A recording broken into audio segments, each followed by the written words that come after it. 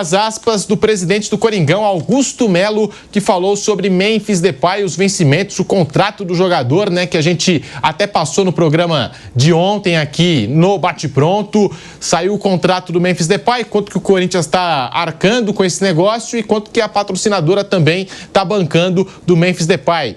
O pacote Memphis pode chegar a 120 milhões de reais e a patrocinadora coloca 57 milhões, ou seja, o Corinthians está bancando boa parte desse negócio que envolve o Memphis Depay, e o Augusto Melo falou sobre isso no pré-jogo, né, lá para a TNT Sports. Vamos lá.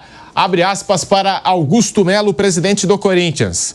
A gente queria o Corinthians de volta protagonista e é isso que está acontecendo. Precisávamos de jogadores diferenciados e é isso que estamos fazendo. Você vê hoje um grupo forte com as nossas características. Tem muita coisa que juntaram, tem muita maldade nisso, mas já estávamos preparados para isso, para esses aproveitadores, as próprias pessoas que participam da política que fazem isso. Não querem o bem do Corinthians, querem conturbar. O Memphis está fazendo jus dentro de campo e fazendo jus ao que recebe. O contrato tem algumas diferenças. Barato é o que eles fizeram com alguns jogadores, né? Que disseram que era 3 milhões e foi para 46, outro que comprou e ficou 3 anos recebendo. Esses são os baratos, né? Caro é o nosso que está resolvendo, mas faz parte. É a política do Corinthians, fecha aspas. Daí, portanto, a palavra do Augusto Melo, Vanderlei Nogueira, sobre os gastos, né, o que o Corinthians está desembolsando para contar com o futebol de Memphis Depay. Vanderlei, tem razão, Augusto Melo? Bom, depende, né? Porque ele está respondendo, a críticas que são feitas, de uma forma geral, pelo que a gente ouviu, pela oposição. Ele está destacando que a oposição cansou de fazer contratos e compromissos equivocados, errados e que geraram prejuízos ao Corinthians. Aparentemente, nisso ele não errou. Todo mundo sabe o que aconteceu recuando alguns anos no tempo, até que assumisse essa gestão. Essa gestão também não merece o ISO 9000. Não. Ela tem cometido muitas lambanças desde o seu início, perdeu a grande oportunidade de começar a pagar contas com mais transparência, mostrar para todo mundo, né? Para o distinto público, mostrar para o distinto público que realmente tinha interesse de pagar despesas que estavam engavetadas há muito tempo, dívidas que estavam engavetadas há muito tempo, e não ficou muito claro isso, não ficou claro para mim, pelo menos até agora. Aumentou a despesa razoavelmente, precisou reforçar o time, saíram quase 11 jogadores, precisou reforçar o time para poder escapar. Gastou mais do que devia e acertou salários acima daquilo que a vida financeira do Corinthians permite hoje e permite isso, imagino, vai permitir isso por muito tempo. Está embaranado financeiramente. Com relação ao Memphis, que é o ponto aí, porque nos últimos dias lá, foram revelados detalhes, quase que todos, não sei se todos, do contrato que foi feito com o Memphis, contrato de estrela. Astros e estrelas é que fazem aquilo. Eu lembro de um cantor famoso que veio para o Brasil aqui, ele exigiu 25 toalhas de linho especial e tal. O roupão tinha que ser roupão. Parece Fábio Piperno quando vem fazer o bate-pronto. Isso, roupão usados pelo Raí Monteiro, aquele negócio chique. Certo? Flores, pétalas tem que ser rosas colombianas. Quer dizer, nada. Vermelhas. Nada fios egípcios. Tem aí duas coisas. Mérito para o staff do Memphis. Sim. Quando se fala em contrato, eu lembro de Vanderlei Luxemburgo e Capello. O Vanderlei disse que o meu contrato tinha 40 páginas. O do Capello, eu soube, tinha 400. Então, são staffs. Né? Contrato do corredor de automobilismo de Nogueirópolis e o contrato do Hamilton, por exemplo. Não pode andar de bicicleta, o tênis não pode ser aquele que usa o Vanderlei, tem que ser porque pode machucar o pé, não vai conseguir acelerar. Tem uma série de coisas, não escapa nada. Então, no caso do Memphis, o staff dele, perfeito. Aceitar ou não é um problema do Corinthians. Ele fez um contrato legal. Né? Casa bonita, casa para o assessor, chefe de cozinha. Tem passagens Brasil, Holanda. O clube aceitou. Tecnicamente, resolveu dentro de campo.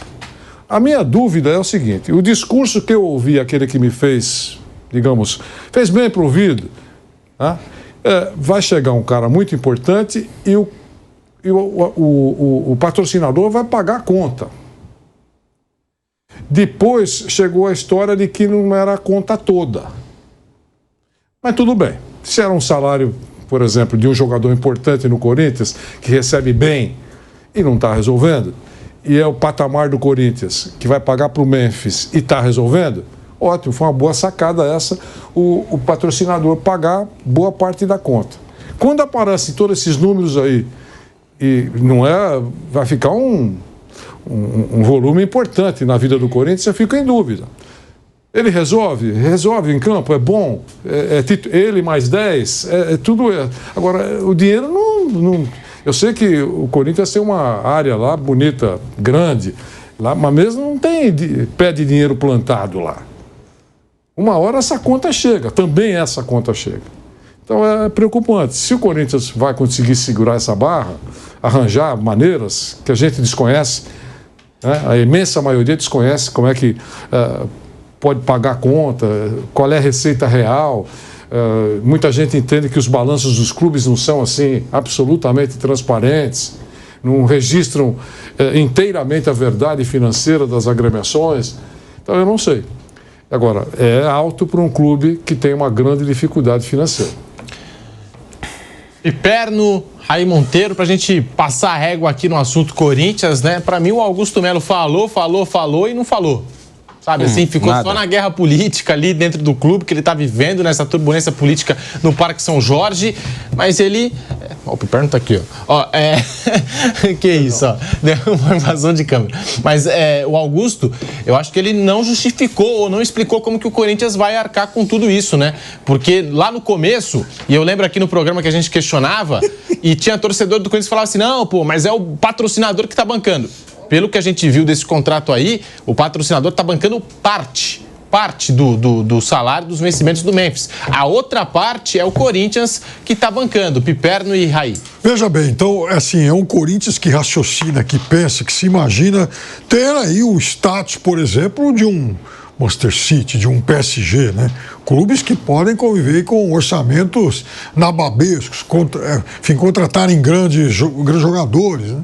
Passando aqui para a realidade do futebol brasileiro, é como se o Corinthians se imaginasse, eu sei que o torcedor às vezes fica ofendido, chateado e tal, mas é como se o Corinthians hoje se imaginasse um clube com a capacidade orçamentária, veja, eu não estou falando de importância, tradição, não, capacidade orçamentária de Flamengo e Palmeiras. Mas, na realidade, é um Corinthians que, né, que sonha e que se imagina com esse status, mas quando ele olha lá para o saldo bancário dele, quando ele abre o aplicativo do celular, parece, com todo respeito, Vanderlei, mas parece a conta bancária do Nogueirópolis. Fala, opa, mas por que tem esse negocinho vermelho aqui e tal, né? A coluna do débito está tão grande assim, né? É isso. Então, assim, eu confesso para você que eu também gostaria de ter lá uma Ferrari em casa, mas o orçamento não dá para isso. Ainda. Duas, né? Pois é, duas. Cabem duas, na verdade. Pois o espaço está lá, Pedrinho, mas aí agora falta preenchê-lo. Não dá para preencher. Então, assim, em algum momento, o Corinthians vai ter que começar a pensar seriamente em reduzir esse endividamento, em voltar a se equilibrar financeiramente. Porque, veja, o torcedor pensa que a gente... Assim, uma das coisas que o torcedor tonto mais faz é quando ouve um comentário sobre isso, fala, por acaso agora você é contador? Não, eu não sou. Economista? Economista, mas eu sei fazer conta, eu sei quanto fiscal. Dá 2 mais 2, eu sei quanto dá isso aí. Né? Eu sei também que se eu não pagar, por exemplo, o condomínio do apartamento, ou o plano de saúde, né, ou o imposto, eu vou ter algum tipo de problema na frente.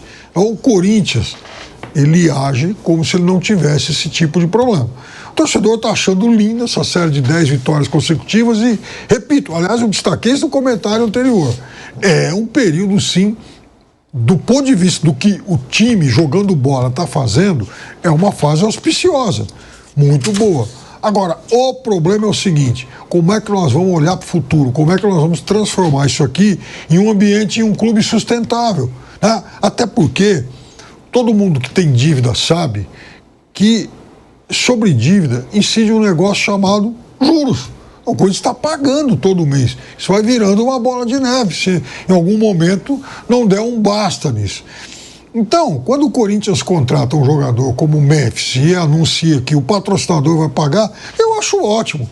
Eu torço para o Araçatuba, Associação Esportiva Araçatuba. Aí sim, boa. Pois é.